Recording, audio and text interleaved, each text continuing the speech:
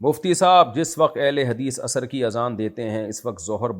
کا وقت باقی ہوتا ہے یا نہیں؟ دیکھیں، اہل حدیث جس وقت عصر کی نماز پڑھتے ہیں جس کو ہم مثل اول کہتے ہیں، تو وہ نماز بھی صحیح حدیث سے ثابت ہے۔ حضرت جبریل نے نماز عصر کا جو وقت بتایا، مشہور جو حدیث جبریل ہے اس بارے میں، اس میں یہ بتایا کہ اذا صار ظل کل شیء مثلہ، جب ہر چیز کا سایہ ایک گنا ہو گیا، یعنی زوال کے سائے کے علاوہ، مراد اس سے یہی ہے زوال کے سائے کے علاوہ، تو اس وقت نبی صلی اللہ علیہ وسلم نے عصر پڑھی ہے۔ اسی وجہ سے جمہور امت کا یہی رائے ہے کہ جب ہر چیز کا سایہ ایک مثل ہو جائے گا تو عصر کی نماز پڑھنا اس وقت جائز ہوگا۔ امام ابو حنیفہ رحمہ اللہ تعالیٰ کا ایک قول یہ بھی، اور آپ کے جو ساتھی ہیں ابو یوسف اور امام محمد، ان کا یہی قول ہے کہ جب ہر چیز کا سایہ ایک مثل ہو جائے تو عصر کی نماز کا ٹائم شروع ہو جاتے ہیں، جس کو عصر شافی کہتے ہیں۔ البتہ دیگر دلائل کو بھی اگر ساتھ میں ملایا جائے تو اس سے پتہ چلتا ہے کہ ہر چیز کا سایہ دو مثل ہو جائے تو عصر پڑھنی چاہیے۔ ان میں صحیح بخاری صحیح مسلم کی حدیث ہے، نبی صلی اللہ علیہ وسلم نے فرمایا تم سے پہلی امتیں جو ہے ان کی اور میری امت کی مثال ایسے ہے کہ یہودیوں نے فجر سے لے کے ظہر تک کام کیا، اجر ایک قرات ملا، اور عیسائیوں نے ظہر سے لے کے عصر تک کام کیا، ان کو اجر ایک قرات ملا، اور میری امت نے عصر سے لے کے مغرب تک کام کیا اور اجر دو قرات ملا۔ پھر آپ نے فرمایا عامل قلیلاً و اجیر کثیراً، میری امت نے عمل تھوڑا کیا، اجر ڈبل ملا۔ تو اب یہ حدیث جب بھی فٹ بیٹھتی ہے کہ جب عصر کو مثل ثانی پہ مانا جائے، ورنہ اگر مثل اول پہ عصر ہوتی ہے نا تو ظہر اور عصر اور مغرب کا ٹائم سیم ہو جاتا ہے، تو یہ مثال فٹ نہیں بیٹھتی۔ اور بھی دیگر احادیث ہیں جس سے پتہ چلتا ہے کہ عصر میں تاخیر افضل ہے۔ تو اس لیے احناف کا جو صحیح قول ہے وہ یہی ہے کہ اگر کوئی مثل اول پہ نماز پڑھ لیتا ہے جس پہ اہل حدیث پڑھتے ہیں، تو بھی نماز ہو جائے گی، اس کی عصر کی نماز اس کی ویلڈ ہوگی، کیونکہ وہ حدیث جبریل ہے، صحیح حدیث موجود ہے۔ افضل یہ ہے کہ وہ مثل ثانی پہ پڑھے، تو تاکہ اس طرح سے تمام حدیثوں میں تطبیق ہو جاتی ہے، تو افضل یہی ہے۔ تو اب سعودی عرب میں تو ہم جاتے ہیں تو جماعت کی وجہ سے اب مثل اول پہ ہی نماز پڑھ رہے ہوتے ہیں، یہ افضل ٹائم ہے کہ تاخیر سے پڑھی جائے لیکن اول وقت میں ہو جائے گی۔ اب اس سے یہ پتہ چلتا ہے کہ ظہر کو بہرحال آپ کو مثل اول سے پہلے پڑھ لینا چاہیے، کیونکہ ظہر کی نماز جو ہے وہ مثل اول تک لے کے جانا، جبکہ جمہور امت کے نزدیک اس میں عصر کا ٹائم داخل ہو چکا ہوتا ہے، تو یہ نماز کے بہرحال احتیاط کے خلاف ہے کہ آپ ظہر کو ایسے وقت تک ڈیلے کر دیں جس میں پوری امت میں جمہور اور اس میں صحیح حدیث بھی ہے وہ یہ کہہ رہی ہے کہ ظہر کا وقت قضا ہو گیا ہے۔ تو اس لیے میں کبھی بھی ظہر کو مثل اول تک نہیں ڈیلے کرتا، سفر ہو، حضر ہو، کچھ بھی ہو، اور میں اپنے پاس جو میپ میں وہ ٹائم بھی وہی رکھتا ہوں، دیکھتا ہوں، یعنی جو اپلیکیشن ہے کہ اس میں مثل اول پہ عصر کا ٹائم کب شروع ہو رہا ہے، تو ہر قیمت پہ ظہر اس سے پہلے پڑھ لیتا ہوں، اور لوگوں کو بھی یہی بتاتا ہوں کہ آپ نے ظہر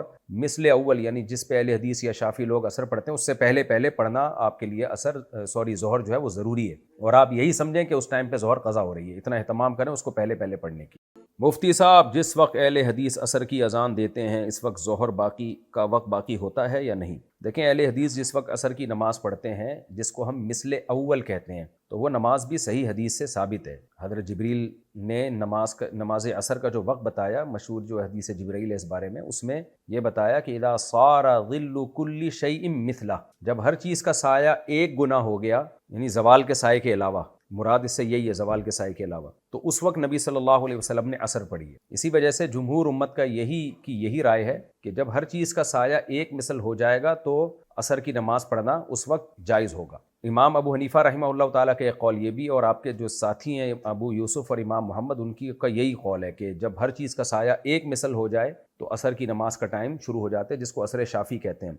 البتہ دیگر دلائل کو بھی اگر ساتھ میں ملایا جائے تو اس سے پتہ چلتا ہے کہ ہر چیز کا سایہ دو مثل ہو جائے تو عصر پڑھنی چاہیے۔ ان میں صحیح بخاری صحیح مسلم کی حدیث ہے، نبی صلی اللہ علیہ وسلم نے فرمایا تم سے پہلی امتیں جو ہے ان کی اور میری امت کی مثال ایسے ہے کہ یہودیوں نے فجر سے لے کے ظہر تک کام کیا، اجر ایک قرات ملا، اور عیسائیوں نے ظہر سے لے کے عصر تک کام کیا، ان کو اجر ایک قرات ملا، اور میری امت نے عصر سے لے کے مغرب تک کام کیا اور اجر دو قرات ملا۔ پھر آپ نے فرمایا عامل قلیلاً و اجیر کثیراً، میری امت نے عمل تھوڑا کیا، اجر ڈبل ملا۔ تو اب یہ حدیث جب بھی فٹ بیٹھتی ہے کہ جب عصر کو مثل ثانی پہ مانا جائے، ورنہ اگر مثل اول پہ عصر ہوتی ہے نا تو ظہر اور عصر اور مغرب کا ٹائم سیم ہو جاتا ہے، تو یہ مثال فٹ نہیں بیٹھتی۔ اور بھی دیگر احادیث ہیں جس سے پتہ چلتا ہے کہ عصر میں تاخیر افضل ہے۔ تو اس لیے احناف کا جو صحیح قول ہے وہ یہی ہے کہ اگر کوئی مثل اول پہ نماز پڑھ لیتا ہے جس پہ اہل حدیث پڑھتے ہیں، تو بھی نماز ہو جائے گی، اس کی عصر کی نماز اس کی ویلڈ ہوگی، کیونکہ وہ حدیث جبریل ہے، صحیح حدیث موجود ہے۔ افضل یہ ہے کہ وہ مثل ثانی پہ پڑھے، تو تاکہ اس طرح سے تمام حدیثوں میں تطبیق ہو جاتی ہے، تو افضل یہی ہے۔ تو اب سعودی عرب میں تو ہم جاتے ہیں تو جماعت کی وجہ سے اب مثل اول پہ ہی نماز پڑھ رہے ہوتے ہیں. یہ افضل ٹائم ہے کہ تاخیر سے پڑھی جائے لیکن اول وقت میں ہو جائے گی. اب اس سے یہ پتہ چلتا ہے کہ ظہر کو بہرحال آپ کو مثل اول سے پہلے پہلے پڑھ لینا چاہیے، کیونکہ ظہر کی نماز جو ہے وہ مثل اول تک لے کے جانا، جبکہ جمہور امت کے نزدیک اس میں عصر کا ٹائم داخل ہو چکا ہوتا ہے. تو یہ نماز کے بہرحال احتیاط کے خلاف ہے کہ آپ ظہر کو ایسے وقت تک ڈیلے کر دیں جس میں پوری امت میں جمہور، اور اس میں صحیح حدیث بھی ہے، وہ یہ کہہ رہی ہے کہ ظہر کا وقت قضا ہو گیا ہے. تو اس لیے میں کبھی بھی ظہر کو مثل اول تک نہیں ڈیلے کرتا، سفر ہو، حضر ہو، کچھ بھی ہو. اور میں اپنے پاس جو میپ میں وہ ٹائم بھی وہی رکھتا ہوں، دیکھتا ہوں یعنی جو اپلیکیشن ہے کہ اس میں مثل اول پہ عصر کا ٹائم کب شروع ہو رہا ہے، تو ہر قیمت پہ ظہر اس سے پہلے پہلے پڑھ لیتا ہوں. اور لوگوں کو بھی یہی بتاتا ہوں کہ آپ نے ظہر مثل اول یعنی جس پہ اہل حدیث یا شافی لوگ عصر پڑھتے ہیں اس سے پہلے پہلے پڑھنا آپ کے لیے ظہر جو ہے وہ ضروری ہے. اور آپ یہی سمجھیں کہ اس ٹائم پہ ظہر قضا ہو رہی ہے، اتنا اہتمام کریں اس کو پہلے پہلے پڑھنے کی.